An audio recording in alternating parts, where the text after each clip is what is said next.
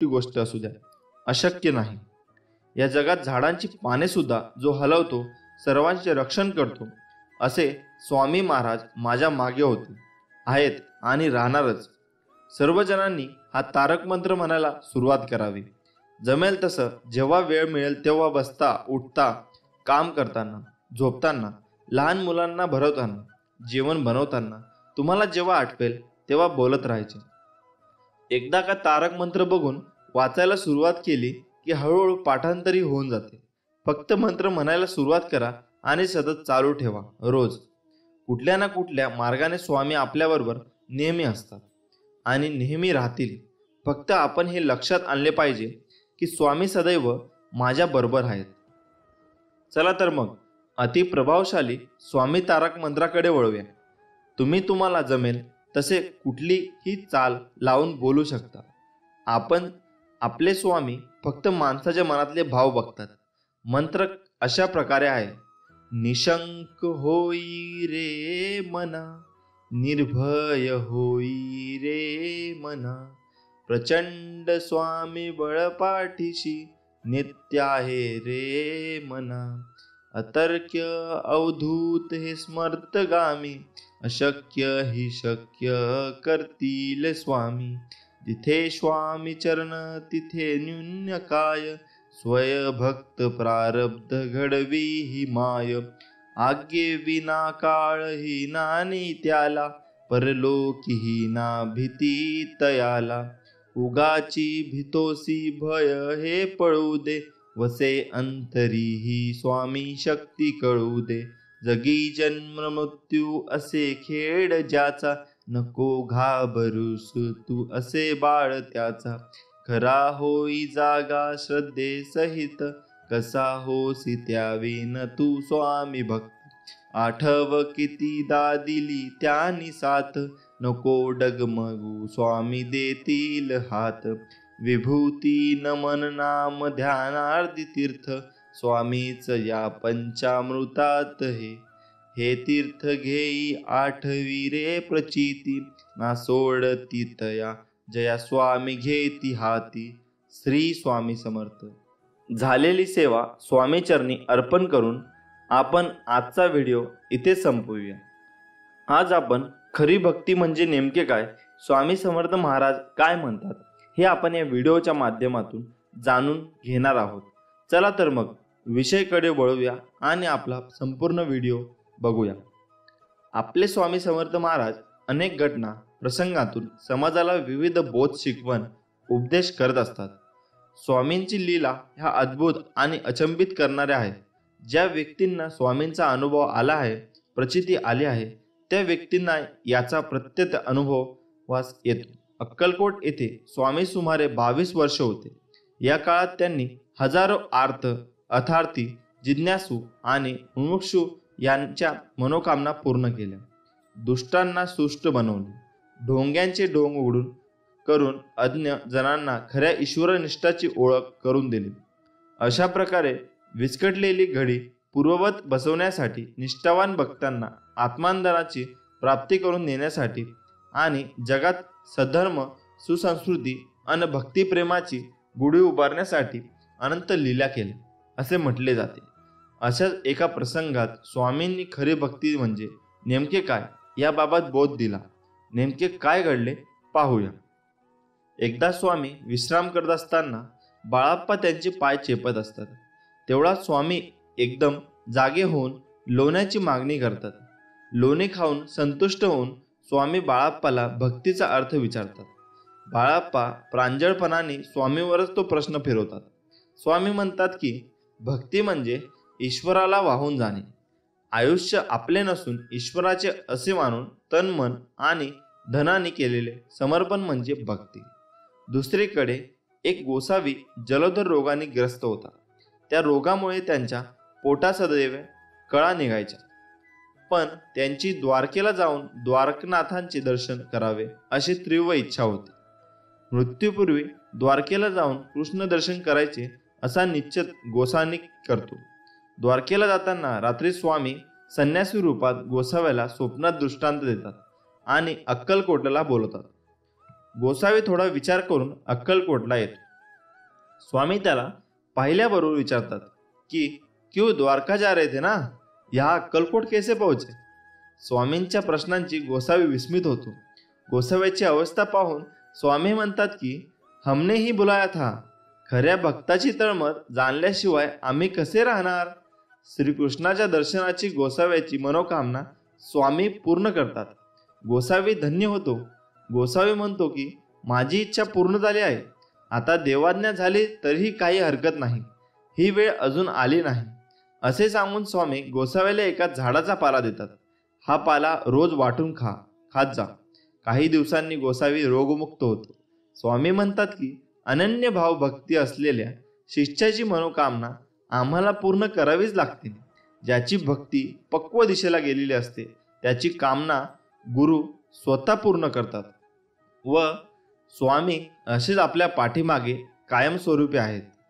त्यामुळे स्वामी म्हणतात, घाबरू नकोस, मी तुझ्या पाठीशी आहे. मित्रांनो, अजून प्रार्थनेचे फळ लवकर मिळावे म्हणून स्वामींचा उपदेश कायम लक्षात ठेवा. देवाने आपली इच्छा पूर्ण करावी असे प्रत्येकाला वाटते, पण त्या मागण्यात किती आतुरता आहे हे देव ताडून पाहतो. म्हणून स्वामी म्हणतात, प्रार्थना सगळेच करतात, परंतु सगळ्यांचीच प्रार्थना फळतेच असे नाही का? याचे कारण स्वामी समर्थ महाराज एका दृष्टांत देऊन सांगतात. एकदा समस्त शिष्यासमवेत स्वामी समर्थ महाराज प्रवासात निघाले होते. प्रवासात असताना अवकाळी पाऊस सुरू झाला. स्वामींची सोबत असूनही सगळे बिथरले होते. सर्वांनी एका झाडाचा आश्रय घेतला.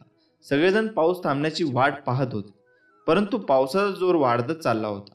असे चालत राहिले तर पूरसदृश्य परिस्थिती निर्माण होईल या भीतीने सगळे भक्त स्वामींना शरण गेले. तेव्हा स्वामी म्हणाले, अरे, अशी गयावया करण्यापेक्षा त्या पावसाला हात जोडून विनवणी करा, प्रार्थना करा. सर्वांनी मनापासून प्रार्थना केली तर तो तुमचं नक्की ऐकेल. प्रार्थनेत शक्ती असतेच, परंतु सामूहिक प्रार्थना लवकर फळते. यासाठी सर्वांनी एकमुखाने एक दिलाने प्रार्थना करा. सर्वांना स्वामींचे म्हणणे पटले. सर्व भक्तांनी प्रार्थना केली आणि काय आश्चर्य, पाऊस कमी होत होत पूर्ण थांबला. तात्पर्य हेच, स्वामी सांगतात, एखादी गोष्ट तळमळीने केली तर तिचे फळ निश्चित मिळते. प्रार्थना अशी करा की समोरच्याला तुमचे ऐकावेच लागेल. एवढी शक्ती तुमच्या शब्दामध्ये आणि भावनेमध्ये असायला हवी, तर ती खरी प्रार्थना. मासे मागावे ज्यात केवळ आपल्या हिताचा नाही तर सर्व सृष्टीचा, अर्थात सर्व जीवसृष्टीचा भल्याचा विचार केला असेल. दुसऱ्याचे वाईट आणि माझे चांगले ही भावना असेल तर तुमची इच्छा कधीच पूर्ण होणार नाही. हे कायम लक्षात ठेवा. स्वामी समर्थ सर्वांचे कल्याण करतील.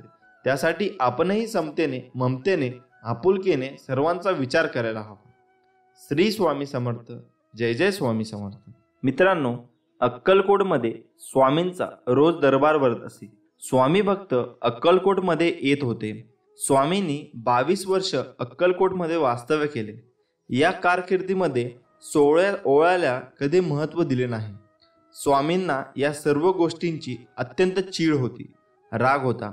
स्वामींचा दरबार भरल्यावर अनेक भक्त माथा ठेवून स्वामींचे दर्शन तसेच स्वामींचा आशीर्वाद घेत होते. परंतु जर एखादी अडचणीत असलेली बाई गर्दीतून दूर बसून आपले दर्शन घेत आहे असे दिसताच स्वामी स्वतः उठून त्या बाईकडे जात आणि तिला आपल्या हाताने प्रसाद भरवत असत. विटाळ या शब्दाचा त्यांना राग होता. स्वामी म्हणत की बाई ही आई असते. आई कधी विटाळाशी होत नाही. अरे, तुम्ही सगळे हरामखोर आहात. जिने जन्म दिला तिलाच घरातून बाहेर बसवता. असे शब्द स्वामी आपल्या भक्तांना बोलत असत. मित्रांनो, स्वामींना या सर्व गोष्टीचा प्रचंड राग होता. या संदर्भातील एक गोष्ट आपण आज ऐकणार आहोत. तर स्वामी भक्त चोळाप्पा महाराज आपल्या सर्वांना माहीत आहेत. तर ही अशी गोष्ट आहे की एकदा चोळाप्पा महाराजांनी त्यांच्या घरी सत्यनारायणाची महापूजा करायचा संकल्प केला होता. रीतीप्रमाणे चोळाप्पा महाराज पूजेसाठी स्वामींची परवानगी घ्यावी म्हणून माठामध्ये पोहोचले. स्वामींनी चोळाप्पा यांना नमस्कार केला. चोळाप्पा यांनी आपला संकल्प याबद्दल सर्व काही स्वामींना सांगितले आणि स्वामींची परवानगी मागितली. चोळाप्पा महाराजांचे बोलणे ऐकून स्वामी सुद्धा खुश झाले. चोळाप्पा महाराजांना म्हणाले की चोळ्या, सत्यनारायण घालतोस, छान जेवण मात्र मी आणणार. चोळाप्पा स्वामींनी बोललेले ऐकून खूप खुश झाले. चोळाप्पा स्वामींची आज्ञा शिरसावंतपणे मानली आणि प्रसन्न मनाने ते घरी परतले. त्यानंतर त्यांनी कुटुंबांशी चर्चा करून पुढील महिन्यातला योग्य मुहूर्त पूजेसाठी ठरवलं. पूजेची यथासांग तयारी करण्यामध्ये चोळाप्पांचे संपूर्ण कुटुंब गुंतून गेले होते. त्यानंतर पूजेचा दिवस उजाडला. प्रसादाची काही तयारी करायची नाही म्हणून चोळाप्पा महाराजांनी मनाशा थोडी अस्वस्थ होती. परंतु साक्षात स्वामी प्रसाद आणणार म्हटल्यावर प्रश्नच नव्हता. अक्कलकोटमध्ये साळेकर म्हणून स्वामी भक्त होते. पूजेच्या बरोबर 13 दिवस अगोदर साळेकर यांचे वडील वारले होते आणि पूजेच्या दिवशी त्यांचे 13वे होते. इकडे स्वामींना 13व्याचं जेवायला कसं बोलवायचं म्हणून साळेकर द्विधा मनस्थितीमध्ये होते. तर दुसरीकडे चोळाप्पा महाराजांनी पूजा संपन्न आली होती हे पाहून स्वामी आपल्या एका भक्ताला पाठवून साळेकर यांच्याकडून 13व्याचे जेवण मागून घेतले. हे जेवण घेऊन स्वामी स्वतः जेवण घेऊन घरी गेले आणि सत्यनारायणाच्या पूजेला स्वामींनी 13व्याच्या जेवणाचा प्रसाद दाखवला. सर्वांना प्रसाद ग्रहण करण्यासाठी दिला. सगळे मुकाटपणे जेवले. स्वामींसमोर बोलायची कोणाची हिंमत झाली नाही. मित्रांनो, अशी एक 16 ओळ्याची गोष्ट ऐकूया. राधा कसबेकर नावाची स्वामींची एक भक्ती होती. एके दिवशी तिच्या मनामध्ये गुरुचरित्र सप्ताह मांडण्याची तीव्र इच्छा उत्पन्न झाली. उद्यापासून सुरुवात करावी असा ती विचार करत होती. परंतु तिच्यासमोर 2 अडचणी होत्या. एक म्हणजे दुसऱ्या दिवशी अमावस्या होती आणि दुसरी म्हणजे तिची मासिक पाळी सुद्धा त्याच आठवड्यात होती. त्यामुळे काय करावे विचारात राधा पडली होती. आता काय करावे यावर उपाय काय असं म्हणून ती विचार करू लागली.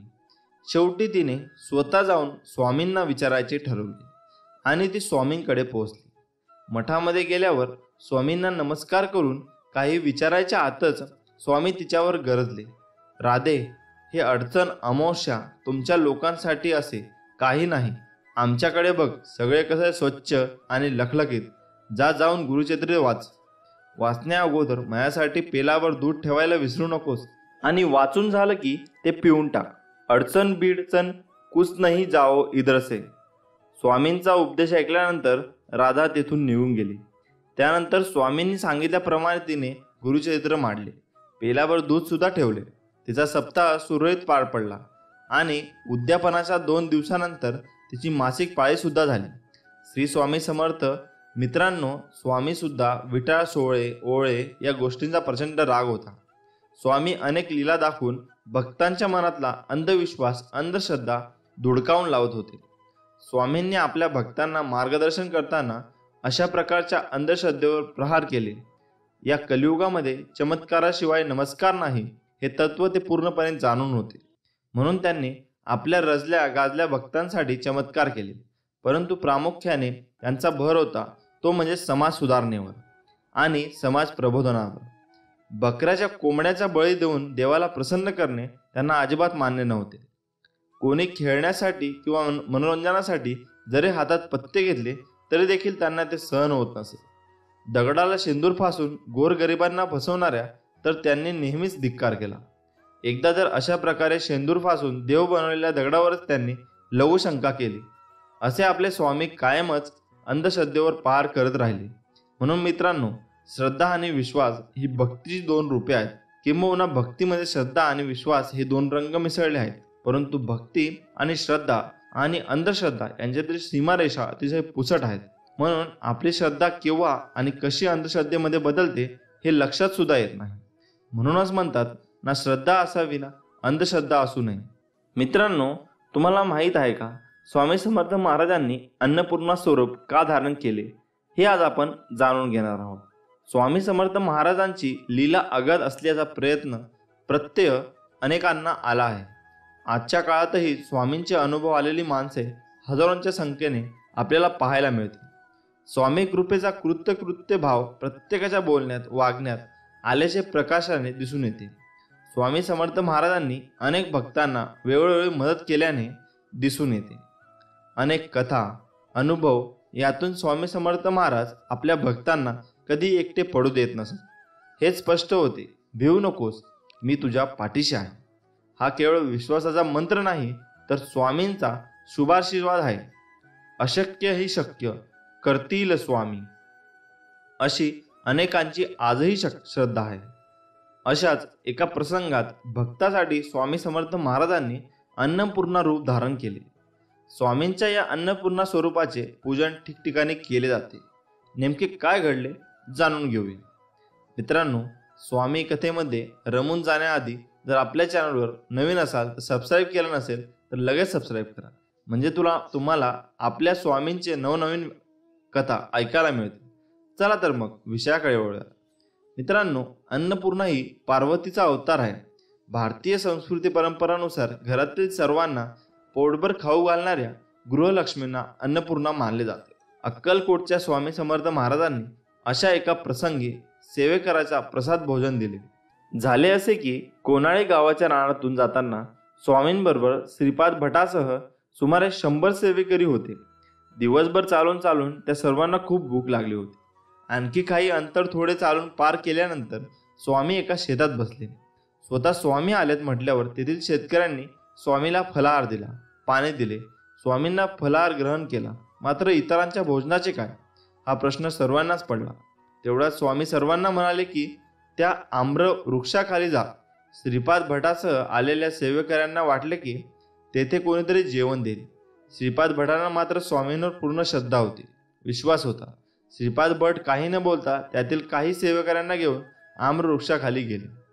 तेथे वृद्ध सुवासिनी प्रसन्न मुखाने उभी होती. श्रीपाद भटांनी चौकशी केल्यानंतर ती महिला म्हणाली की आज आमच्यापैकी बरेच मंडळी येथे भोजनास येणार होती, मात्र अजून ती आलेली नाहीत. सूर्यास्त होत आला आहे, आज कोणी येईल असे वाटत नाही, त्यामुळे तुम्ही सर्वांनी हे अन्न ग्रहण करा. वृद्ध सुवासिनी महिलेने शिजवलेला सर्व स्वयंपाक श्रीपाद भटांना दिला. ते सर्व जेवण घेऊन श्रीपाद भट व अन्य सेवेकरी स्वामींकडे जाण्यास निघाले. श्रीपाद भटांनी त्या सुवासिनी महिलेसही स्वामींकडे येण्याचा आग्रह केला. मात्र तुम्ही पुढे चला, मी मागून दर्शनाला येते असे म्हणून त्यांनी श्रीपाद भटांना पुढे पाठवून दिले. श्रीपाद भटांनी सर्व सेवकऱ्यांना जेवण वाढून घेण्यास सांगितले. सर्व तृप्त झाले. अशा प्रकारे स्वामी समर्थ महाराजांनीच सर्व भक्तांना अन्नपूर्णे करवी भोजन घातले, अशी सर्वांची श्रद्धा आहे. फार थोड्याचे भाग्य ज्यांना प्रत्यक्ष अन्नपूर्णेचे प्रत्यक्ष दर्शन घेण्याचे भाग्य लाभले. यानंतर श्री स्वामी समर्थ महाराजांचे अन्नपूर्णा स्वरूपात सर्वत्र पूजन होऊ लागले, अशी मान्यता असल्याचे सांगितले जाते.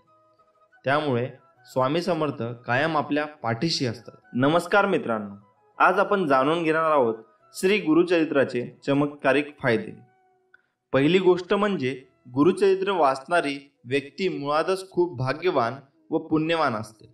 तुम्ही कितीही धनवान असा, व्यावसायिक असा, नोकरीला असा, पण पूर्व पुण्याई व गुरु आशीर्वाद असल्याशिवाय मानाचा निश्चय होणे अवघड.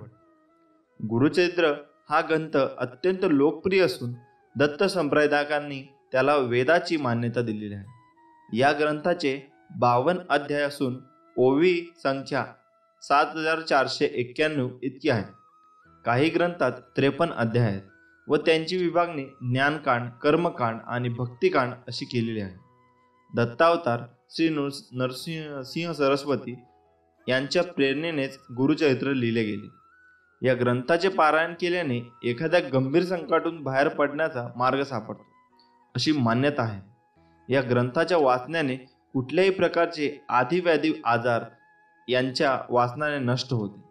याने मनुष्य दुःखमुक्त होतो. घरामध्ये गुरुचरित्र वाचनाने नकारात्मक वातावरण नाहीसं होतं आणि आनंद, चैतन्य व प्रसन्नता निर्माण होते.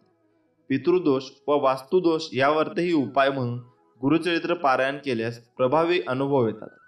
विशिष्ट समस्यांवर जसे लग्न, शिक्षण, करिअर, आरोग्य यामध्ये येत असणाऱ्या अडचणींवर गुरुचरित्र वाचन केल्यास सकारात्मक अनुभव येतो. आपल्या कुंडलीतील ग्रह, नक्षत्रे, पितृदोष, प्रारब्ध दोष यावर गुरुचरित्र एक रामबाण उपाय असल्याचे जाणकार सांगतात. आता आपण श्री गुरुचरित्रातील प्रत्येक अध्यायातील फलश्रुती पाहूया. अध्याय 1. नित्य गुरुचिंतनाने संपूर्ण जीवन मंगलमय होते. अध्याय नंबर 2. कालीबाधा व सर्व रोगबाधा नाहीशा होतात. अध्याय नंबर 3. गुरुकोपाचे शमन होते व व्रताची पूर्तता होते. अध्याय नंबर 4. स्त्रीछलनाचा दोष जातो व स्वहिताचे रक्षण होते. अध्याय 5. शारीरिक व्यंग्य नष्ट होतात, ज्ञानाची प्राप्ती होते. अध्याय 6. दैवी कोप दूर होतो व विद्या प्राप्ती होते. अध्याय 7. पंचमहापापादी सर्व पातके नाहीशी होतात. अध्याय 8. बुद्धिवांद्य नाहीशी होतात, विवाह कार्य सुलभ होते. अध्याय 9. सर्व शुभकामना गुरुकृपेने पूर्ण होतात. अध्याय 10. नवस फळाला येतात, चोरीचा आळ दूर होतो. अध्याय 11. वांचदोष तसेच वेळ नाहीसे होते. अध्याय 12. संकटे दैन्य दारिद्र्य यांचे निवारण होते. अध्याय 13. सर्व प्रकारच्या पोटाच्या व्याधी नाहीशा होतात. अध्याय 14. प्राणघातक गंडातरापासून संरक्षण लाभते. अध्याय 14. अडचणींपासून मुक्त होण्यासाठी हा अध्याय वाचा. अध्याय 15. तीर्थयात्रांना सफलता प्राप्त होते. अध्याय 16. आदरणीयाची निंदा अपमान केल्याचा दोष दूर होतो. अध्याय 17. ज्ञान व गुरुकृपा यांचा लाभ होतो. अध्याय 18. संपत्तीचा लाभ होऊन दारिद्र्य नाहीसे होते. अध्याय 19. भाग्यवृद्धी होते, सद्गुरांचा लाभ होतो, तीर्थस्थळी यातर पुण्य लाभते. अध्याय 20. गुरुस्मरण करुनी मनी पूजा करी व गुरुचरणी तुझे पाप होईल धुनी, ब्रह्मासंबंध परिहरेल. अध्याय 21. मृत्यूभयापासून मुक्तता. अध्याय 22.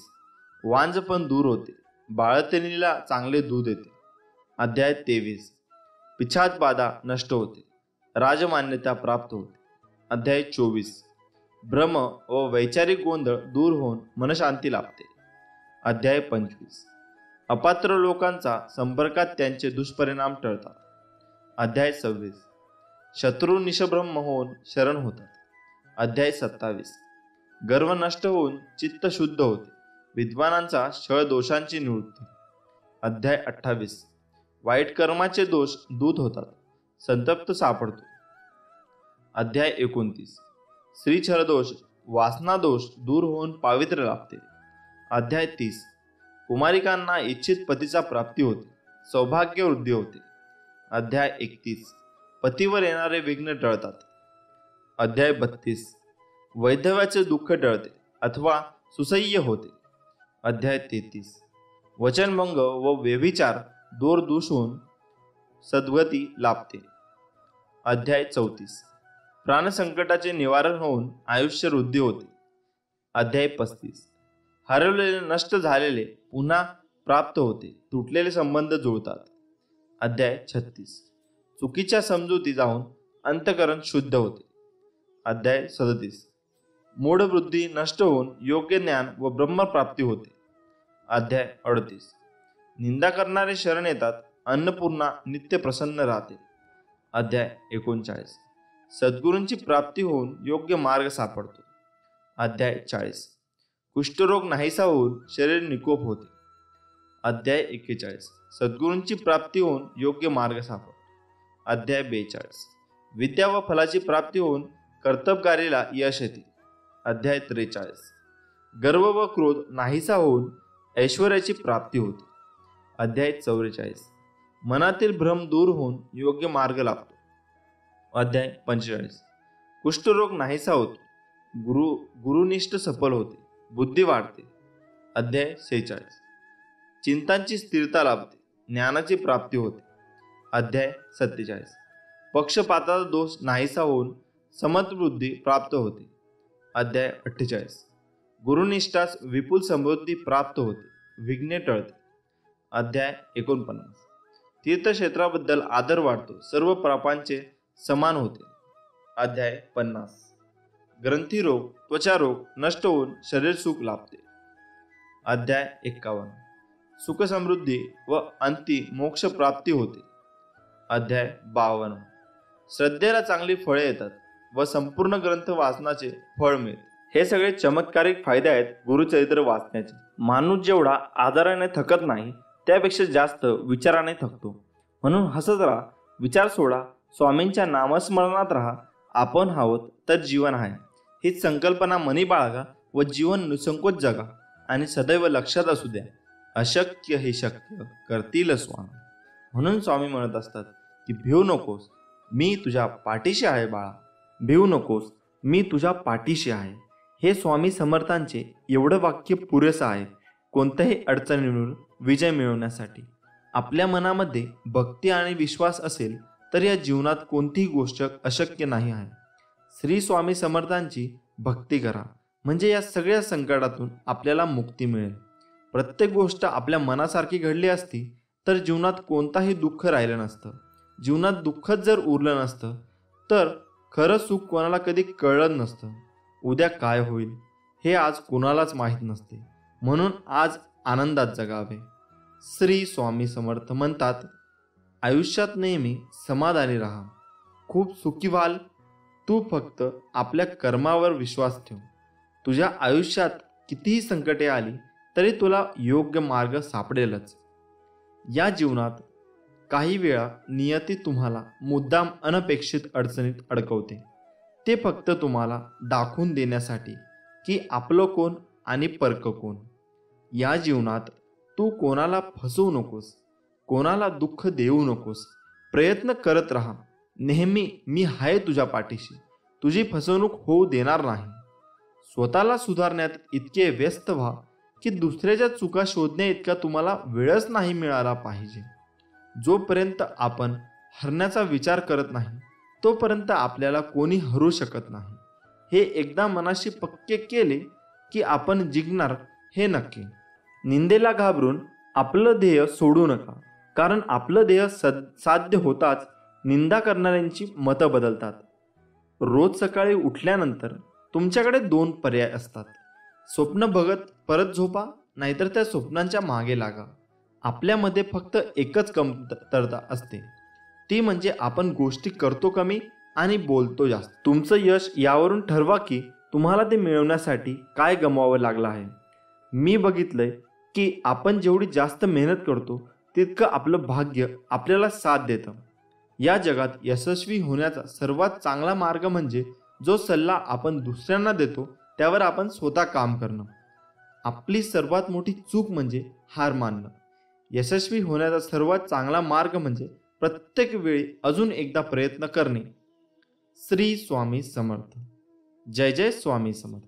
स्वामी म्हणतात, मी सगळीकडे आहे, मी कणाकणात व्यापून आहे, मीच पावन आहे, मीच आहे जल, गगनही मीच आहे, अक्कलकोटातही मीच आहे, दोन्ही ध्रुवावर कैलास पर्वतावर मीच आहे. मी कुठेही गेलेलो नाही आणि जाणारही नाही. मी सदैव तुझ्या पाठीशी आहे.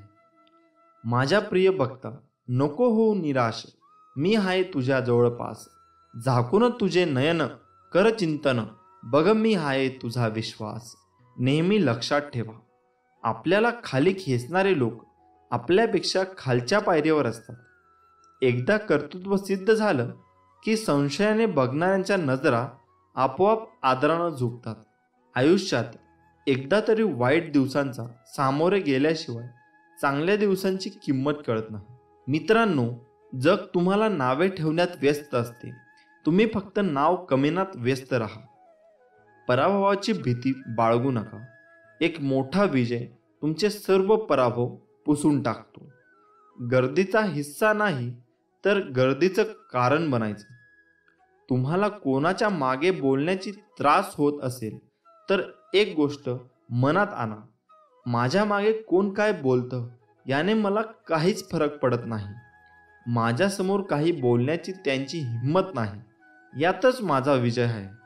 कधीही कुणाच्या भावनांबरोबर खेळू नका, कारण तुम्ही हा खेळ सहज जिंकाल, पण समोरच्या व्यक्तीला तुम्ही या खेळात आयुष्यभरासाठी हरून बसाल. चुकीच्या दिशेला वेगाने जाण्यापेक्षा योग्य दिशेला हळूहळू जाणे चांगले. स्वतःच्या चुका कधी कधी डोळ्यांना दिसत नाहीत, अशा वेळी दुसऱ्यांच्या डोळ्यांची मदत घेण्यास लाजू नका. रत्नांची ढीग दिले तरी आयुष्याचा गेलेला एकही क्षण मिळू शकत नाही. म्हणून जो व्यक्ती आपला अमूल्य वेळ वाया घालवतो तो केवढा मोठा गुन्हा करत असतो. आयुष्यात काही करून दाखवायचे असेल तर आपण काय आहोत यापेक्षा आपण काय होऊ शकतो याचा विचार करायला हवा. जगात अशक्य काहीच नसतं. श्री स्वामी समर्थ म्हणतात, तुझ्या जीवनातील कठीण संकटात आहे, मी तुला कधी हारू देणार नाही. या कलियुगात तुला कधी एकटे सोडणार नाही. तुझ्या प्रत्येक अडचणीत तुला योग्य मार्ग दाखवत असणार मी. भिवू नकोस, मी तुझ्या पाठीशी आहे. भिवू नकोस, मी तुझ्या पाठीशी आहे. हे स्वामी समर्थांचे एवढं वाक्य पुरेसं आहे कोणत्याही अडचणींवर विजय मिळवण्यासाठी. आपल्या मनामध्ये भक्ती आणि विश्वास असेल तर या जीवनात कोणतीही गोष्ट अशक्य नाही. उद्या काय होईल हे आज कुणालाच माहीत नसते, म्हणून आज आनंदात जगावे. श्री स्वामी समर्थ. सूर्य काही बोलत नाही तर त्याचा सूर्यप्रकाश आपल्याला त्याची प्रचिती देतो. त्याचप्रमाणे तुम्ही तुमचा परिचय कोणाला देत बसू नका. आपले कार्य करत राहा, लोकच तुमचा परिचय देतील. तू फक्त आपल्या कर्मावर विश्वास ठेव. तुझ्या आयुष्यात किती संकटे आली तरी तुला योग्य मार्ग सापडेलच. ज्यांनी ज्यांनी या जीवनात स्वामींचा हात पकडला त्यांना कधी दुसऱ्याचे पाय पकडण्याची वेळ आली नाही, हे मात्र खरं आहे. श्री स्वामी समर्थ. जय जय स्वामी समर्थ. कोणीही जर विनाकारण तुमच्याबद्दल तिरस्कार व्यक्त करत असेल, राग व्यक्त करत असेल तर फक्त शांत राहा. कारण जर जाळायलाच काही नसेल तर पेटलेली काडी सुद्धा आपोआप विझून जाते. एक अटळ सत्य, परमेश्वर कुणाचे पापही घेत नाही आणि पुण्यही घेत नाही. प्रत्येक व्यक्ती तिने केलेल्या कर्मांना व त्यानुसार मिळणाऱ्या फळांना स्वतःच जबाबदार असते. स्वामी म्हणतात, माणूस जेवढा आदराने थकत नाही त्यापेक्षा जास्त विचाराने थकतो. म्हणून हसत राहा, विचार सोडा, स्वामींच्या नामस्मरणात राहा. आपण आहोत तर जीवन आहे हीच संकल्पना मनी बाळगा व जीवन निसंकोच जगा. आणि सदैव लक्षात असू द्या, अशक्य ही शक्य करतील स्वामी. ज्या दिवशी तुम्हाला वाटेल की संपूर्ण जग तुमच्या समोर तुमच्या विरोधात उभे आहे, त्यावेळेस जगाकडे पाठ फिरवा आणि एक सेल्फी काढा. संपूर्ण जग तुमच्या मागे असेल. तुम्हाला स्वतःला कळत नाही इतके तुमच्या मनात काय आहे ते मला कळते. नामस्मरण करताना तुम्ही मला पाहत नसाल, पण मी तुम्हाला पाहतो, कारण मी तुमच्या हृदयात आहे. तुम्ही नाम घेता म्हणून मी तुमच्या मागे पुढे चालतो. अशक्य ही शक्य करतील स्वामी. श्री स्वामी समर्थ. जय जय स्वामी समर्थ. मित्रांनो, आपण खूप मेहनत करत असतो. मेहनत करून आपला जीव टांगणीला लावत असतो, परंतु खूप पैसा कमवून सुद्धा आपल्या घरामध्ये नेहमी दरिद्रता येत असते. अनेकदा आपल्याला या सगळ्या गोष्टी मागील कारण समजत नाही. बहुतेक वेळा हातामध्ये पैसा येणे आधीच पैसे जाण्याचे वेगवेगळे मार्ग खुले होतात. पैसा जरी घरात आला तरी तो जास्त काळ आपल्या खिशामध्ये राहत नाही. यावेळी आपण चिंता व्यक्त करत असतो. अनेकदा आपले मानसिक खच्चीकरण होते आणि अनेकदा आपण तणावाखाली जातो. घरात गरिबी येण्याची ही आहेत 9 लक्षणे. आत्ताच जाणून घ्या आणि तुम्ही तुमचे संकटे दूर करू शकाल. नंबर 1, तुटलेल्या कंगव्याद्वारे कधीच केस विसरू नये. त्याबरोबर उभे राहून केस विसरू नये. त्यामुळे घरामध्ये दरिद्रता प्रवेश करते आणि घरातील बरकत निघून जाते. 2, घरात अस्वच्छता ठेवणे. या सगळ्या गोष्टींमुळे घरामध्ये नकारात्मक ऊर्जा निर्माण होते आणि यामुळे सुद्धा दरिद्रता आपल्या घरात प्रवेश करते. म्हणून आपले घर नेहमी स्वच्छ व सुंदर ठेवावे. नंबर 3, कपडे घालताना नेहमी उजव्या बाजूने सुरुवात करावी. काही व्यक्ती यांना डाव्या बाजूने कपडे घालण्याची सवय असते. हे अत्यंत चुकीचे आहे. कोणत्याही कार्याची सुरुवात उजव्या बाजूनेच करावी. 4, दाताने पोळी कुरतडून कुरतडून खाणे हे सुद्धा दरिद्राचे लक्षण मानले जाते. म्हणून जेवण करताना अन्नाचा आदर करावा व जेवण करताना हाताने पोळी तोडून नीट विशिष्ट पद्धतीने जेवण करावे. नंबर 5, काही व्यक्तींना दातांची नखं खाण्याची सवय असते. ही सवय सुद्धा अत्यंत वाईट आहे.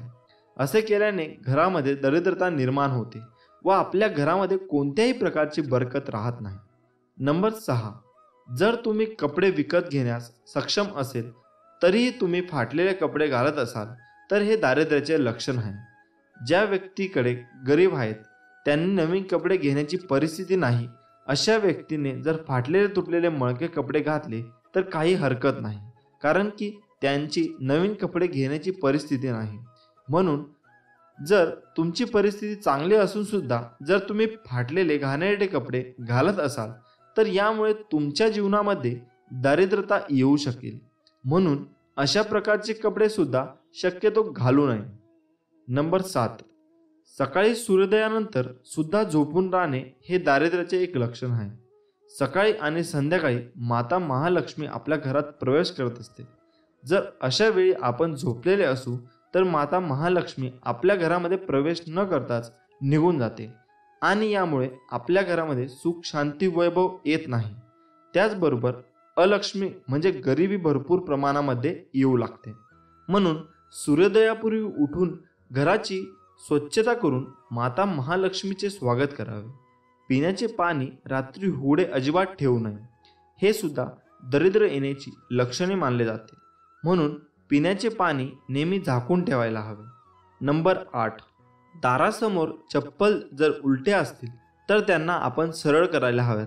जर उलट्या चप्पल व बूट यावर आपल्या दारासमोर असेल तर यामुळे सुद्धा गरिबी अनेक अडचणी आणि आपल्या घरामध्ये प्रवेश करत असतात. म्हणून जर चपला बूट उलटे दिसले तर लगेच सरळ करावे. नंबर 9, मुक्या प्राण्यांना कधीच लाथ मारू नये.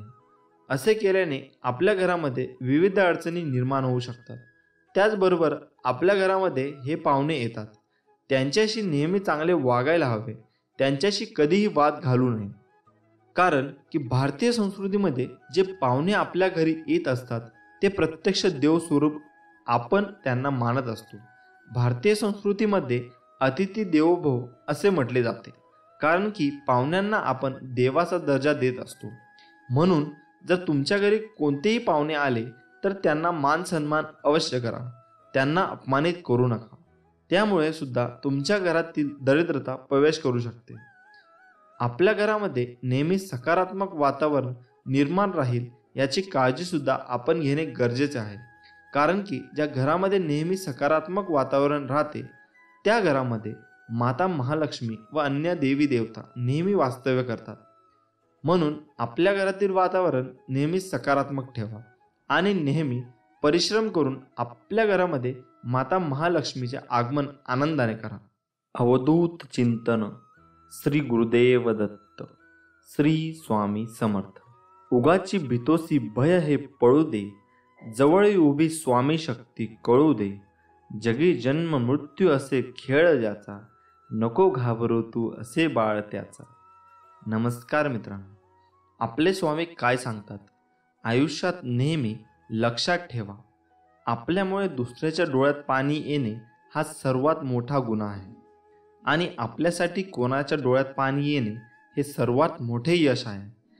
तुझं माझं करता करता एक दिवस जायचं आहे. जे कमावलं ते इथेच ठेवून जायचं आहे. तुम्ही चांगले कर्म करा, सोबत तुमच्यात तेच जाणार आहे. रडल्यानंतर अश्रूसुद्धा परके होतात. हसल्याने परके सुद्धा आपले होतात. मला ती नाती आवडतात ज्यात मी नाही आपण असतो. जर कोणावर चिडणार असाल तर विचार करून चिडा. कारण आजकाल समजून घेण्याची पद्धत बंद झाली. मेल्यावर माणूस चांगला होता असं म्हणण्याची प्रथा आहे. जिवंत माणूस ओळखता येत नाही, हीच खरी व्यथा आहे. निंदकांना कधीही घाबरू नका. त्यांना आपल्याविषयी जेवढं वाईट बोलता येईल तेवढं बोलू द्या. त्यांच्यामुळे आपलं वर्तन सुधारत जाते. ज्याप्रमाणे गल्लीत 2-4 डुकरं असल्याशिवाय गल्ली स्वच्छ राहत नाही, त्याप्रमाणेच आपल्या अवतीभोवती 2-4 निंदक असल्याशिवाय आपल्या जीवनाचा विकास होत नाही. जग काय म्हणेल हा विचार करू नका. कारण लोक फार विचित्र आहेत. अपयशी लोकांची थट्टा करतात आणि यशस्वी लोकांवर जळतात. स्वतःला असे तयार करा की तुमच्या विरोधकाला तुमचा पाय खेचण्याऐवजी तुमचे हात पकडून पुढे जाण्याची इच्छा निर्माण झाली पाहिजे. कोणतीही गोष्ट साध्य करण्यासाठी फक्त शक्ती असून चालत नाही, तर त्याला सहनशक्तीचीही जोड असावी लागते. माणूस कसा दिसतो यापेक्षा कसा आहे याला महत्त्व असतं. कारण शेवटी सौंदर्याचं आयुष्य तारुण्यापर्यंत तर गुणाचं आयुष्य मरणापर्यंत असतं. अभिमानाला कधी तुमच्या मनाच्या घरात येऊ देऊ नका आणि स्वाभिमानाला कधी मनाच्या घरातून बाहेर काढू नका. कारण अभिमान तुम्हाला कधीच प्रगती करू देणार नाही आणि स्वाभिमान तुम्हाला कधीच अधोगतीकडे जाऊ देणार नाही. अपेक्षा जरूर बाळगा, पण नाती व माणसं तुटणार नाही याची फक्त काळजी घ्या. आयुष्य फार सुंदर आहे, ते फक्त चांगल्या विचारांनी जगता आलं पाहिजे. समाज समजवण्यापेक्षा समजून घेण्यामध्ये खरी परीक्षा असते. कारण समजवण्यासाठी अनुभवाचा कस लागतो, तर समजून घेण्यासाठी मनाचा मोठेपणा लागतो. लोक तुमची स्तुती करोत वा निंदा, तुमचं लक्ष तुमच्यावर कृपा करो वा न करो, तुमचा मृत्यू आज हो वा उद्या, आपल्या मार्गावरून कधीही भटकू नका. आयुष्यात कितीही संघर्ष करावा लागला तरी मागे हटू नका, कारण जो संघर्षात मार्ग काढतो तोच खरा विजय असतो. स्वामी म्हणतात, दगडात तुम्हाला देव दिसतो, गायीत माता दिसते, कावळ्यात तर सगळे पूर्वज दिसतात, मग माणसातच माणूस का दिसत नाही? ज्या दिवशी माणसात माणूस दिसेल त्या दिवशी मला सुद्धा प्रसन्न व्हावेच लागेल. अवधूत चिंतन. श्री गुरुदेव दत्त. श्री स्वामी समर्थ. नमस्कार मित्रांनो. हा तुम्हीच. बस झाला आता. खूप झालं त्यांच्यासाठी रडणं बसणं, त्यांची वाट बघणं, स्वतःला त्रास करून घेणं. त्यांना खरंच जर तुमची एवढी काळजी असती ना, तर त्यांनी विचारपूस तरी केली असती. खऱ्या आयुष्यात या आता. रिॲलिटीला सामोरं जा. जेवढं दिसतं तेवढं सगळं सोपं नसणार आहे. तुम्हाला अजून स्ट्रॉंग व्हायचं आहे, आतून स्वतःला खंबीर बनवायचं आहे. फक्त जर तुम्ही ठरवलं तर. चला यार, जास्त विचार करू नका. तुमच्या डोक्यात आता खूप विचार चालू असतील की काय करू, कसं होईल, मला जमेल ना, सगळं ठीक होईल ना. तर हे विचार पहिले काढून टाका, कारण सगळं एक नंबर होणार आहे. तुम्ही सुरुवात करा, कसलाच विचार न करता, आणि कामाला लागा. तुला तुझे स्वप्न पूर्ण करायचे आहेत. तुला काही कठोर निर्णय घ्यावे लागत आहे. लोकांच्या भरोश्यावर राहू नका. सगळे बिझी आहेत. लोकांकडून अपेक्षा करणं बंद करा, कारण कोणी इथे तुमच्या अपेक्षा पूर्ण करण्यासाठी नाही आला आहे. लोक मोठी अशीच होत नाहीत. त्याग, दुःख सहन करावं लागतं. तुम्ही तयार आहात ना? प्रॉब्लेम कधी संपणार नाहीत लाईफमधले. त्यासोबतच जगणं शिकून घ्या. दुःख येतील, संकट येतील, वाईट परिस्थिती येईल, हे सगळं तुमच्या हातात नसेल. पण तुम्ही या सगळ्यांना कसं सामोरे जाता हे तुमच्या हातात आहे. असे खूप लोक भेटतील तुम्हाला, जे विनाकारण तुमचा तिरस्कार करतील, तुम्हाला कमी लेखतील, तुम्हाला वेडे समजतील. समजू द्या, काही फरक पडत नाही ते बोलल्याने. तुम्ही मोठे किंवा छोटे होत नाहीत, आणि तुम्हाला माहीत आहे ना तुम्ही कसे आहात ते. मग बस झालं. इग्नोर करायचे आणि आपोआप शांत होतील. तुमच्या लाईफमध्ये आलेली प्रत्येक व्यक्ती हे वेगळे असेल. आपण जसे आहोत तसे तेही असतील अशी अपेक्षा करू नका. ते जसे आहेत तसे त्यांना ॲक्सेप्ट करा. लोक तेव्हा शिकतात जेव्हा दोन वेगळी माणसं एकत्र येतात. मग ते स्वभावानं असो किंवा विचारानं. होईल सगळं ठीक.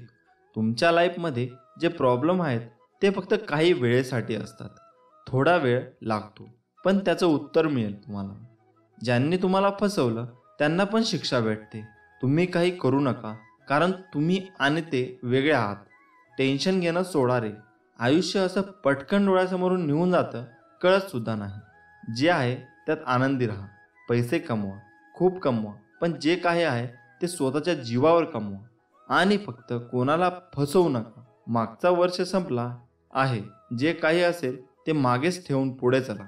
तुम्ही तुमच्या जीवनात खूप संघर्ष करत आहात आणि एक चमत्कार शोधत आहात. स्वामी काही करू शकतात, पण कधी कधी असे वाटते का ते ऐकत नाहीत. स्वामी तुम्हाला बरे करण्यासाठी खूप वेळ घेत आहे असे तुम्हाला वाटते का? तर मग स्वामींचा हा संदेश तुम्ही शेवटपर्यंत नक्की वाचा. स्वामी माऊली वरचा अजून विश्वास वाढेल. स्वामी माऊली म्हणतात, तुमच्या अंतरात्म्यात आहे मी, तुला हरू देणार नाही. या कलियुगात तुला एकटे सोडणार नाही. मी सर्वत्र आहे. मी चराचरात व्यापून आहे. मी वारा, मी पाणी आहे. आकाशही मीच आहे. गगापुरात मी आहे. ध्रुवावर, कैलासावर आणि गरुडावरही मीच आहे. मी कुठेही गेलेलो नाही. भिवू नकोस, मी सदैव तुझ्या पाठीशी आहे. आपल्याला दुःख देणारे जगात कमी नाहीत, हे जितकं सत्य आहे तितकंच सत्य हेही आहे की आपल्याला आईच्या मायेने जवळ घेणारे स्वामींशिवाय कोणीही नाही. ज्यावेळी तू जाशील काळोखात त्यावेळी तुझी सावलीही सोडेल साथ. तू घाबरू नकोस, स्वामी पकडतील तुझा हात. ब्रह्मांड नायक जाणले समर्था तुम्ही माझ्या मनीचे भाव, म्हणूनच ओठावर असते केवळ स्वामी समर्थांचे नाव. बंद केले नयन माझे चित्तरूप बघुनी तुझे, स्वामी तिन्ही जगाचा तू माय बाप आहे या जनाचा. श्री स्वामी समर्थ. स्वामींची लीला अपरंपार आहे. फक्त मनापासून श्रद्धा आणि विश्वास ठेवा. आयुष्यात तुम्ही कितीही आनंद आहात हे महत्त्वाचे नाही, तुमच्यामुळे किती जण आनंदी आहेत याला जास्त महत्त्व आहे. नको होऊस उदास, मी आहेच तुझ्या आसपास. डोळे बंद करून कर आठवण, बघ मी आहे तुझा विश्वास. कितीही संकटे आली तरी स्वामींचा हात माझ्या खांद्यावर असावा, आणि मृत्यूला जवळ करता नाही माझा देह माऊलींच्या मांडीवर विसावा. मी शरीराने तुम्हाला दिसत नसलो तरीही मी सदैव तुमच्या पाठीशी राहीन. आपली इच्छा पूर्ण होणारच हा विश्वास ठेवा आणि स्वामींवर निशंक सोपवा. कर्म करत राहा, फळ मिळणारच. सूर्य बोलत नाही, त्याचा प्रकाशच त्याचा परिचय देतो.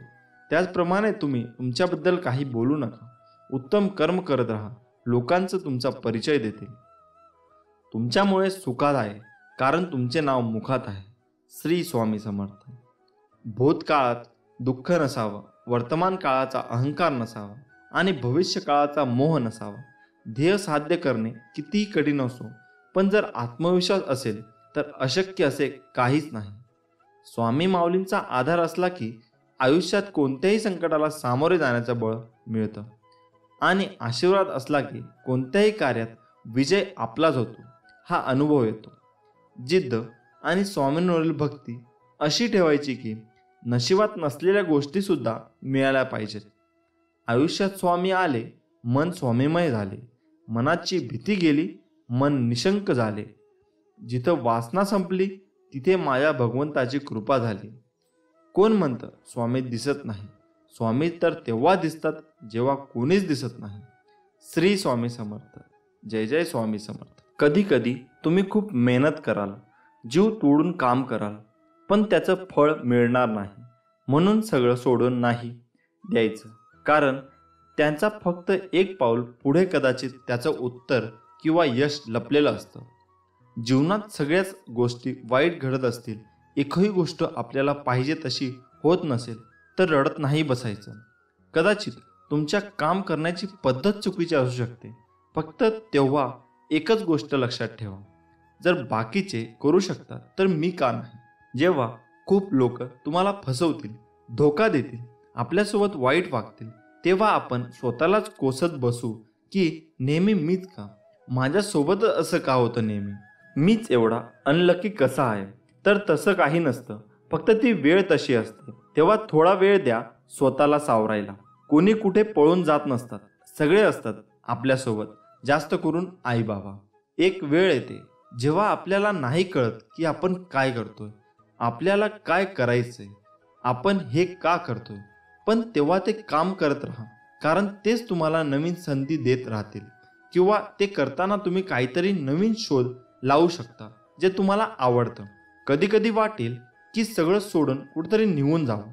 वाईट विचार येतील डोक्यात की स्वतःला संपवावं, कोणाला तरी फसवावं, जसं लोकांनी आपल्याला फसवलंय. पण ते फक्त त्या सिच्युएशनवरती तुमची रिॲक्शन असते.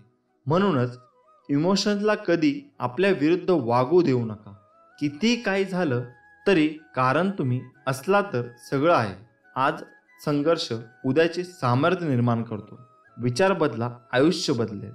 माणसाने समोर बघायचं की मागे, यावरचं पुढचं सुख दुःख अवलंबून असतं. जोपर्यंत आपण हरण्याचा विचार करत नाही तोपर्यंत आपल्याला कोणी हरू शकत नाही. हे एकदा मनाशी पक्के केले की आपण जिंकणार हे नक्कीच. या जगात कोणतीही गोष्ट ही कायम टिकणारी नाही. दुःखाचंही तसंच आहे. काही काळासाठी दुःख राहतं, आपण फक्त हिंमत ठेवायला हवी. श्री स्वामी समर्थ.